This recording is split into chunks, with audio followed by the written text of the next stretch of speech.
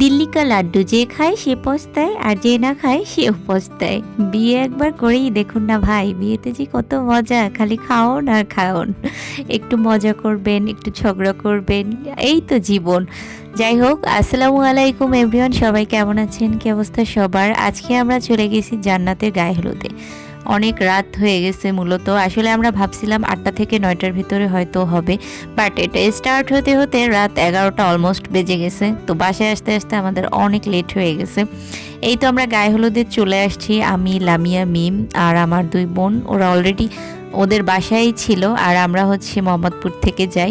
বাসার বেশি একটা দূরে না, ওরা হচ্ছে থাকে আমাদের বাসার থেকে 1 ঘন্টা লাগে।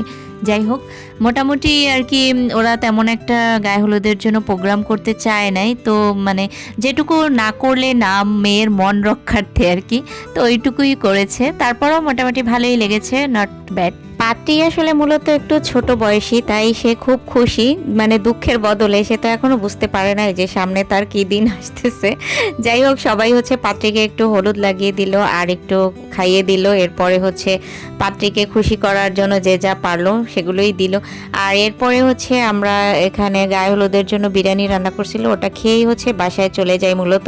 আর কালকের পর্ব হচ্ছে তাদের বিয়ের পর্ব। এই তো আমরা সকালবেলা সবাই রেডি সেডি হয়ে যেতে যেতে আমাদের অলমোস্ট দুপুর হয়ে গেছে। আমি, মিম আর হচ্ছে মামা ছিল, লামিয়া ছিল, আর আব্বু আর আমার জামাই হচ্ছে অন্য গাড়িতে চলে গেছে। যাই হোক, এই হচ্ছে তার বিয়ের লুক। কেমন লেগেছে সবাই জানাবেন, আর সবাই হচ্ছে তার জন্য দোয়া করবেন যেন তার বিবাহিত জীবন অনেক সুখের হয়, আমাদের মতো যেন ছোট ছোট খুনসুটি থাকে, আবার তার মধ্যে সুখও থাকে।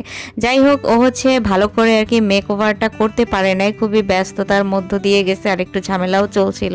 তারপরে মোটামুটি মাশাআল্লাহ অনেক সুন্দর হয়েছে। রিসিপশনটা আরও বেশি ভালো হয়েছিল, কিন্তু আমি যদিও যেতে পারি নাই, আসলে আমি অনেকটাই সিক ছিলাম তখন, এর জন্য যাওয়া হয়নি। আর এটাও গেছি, তাও হচ্ছে খুবই জোর জবরদস্তি করে।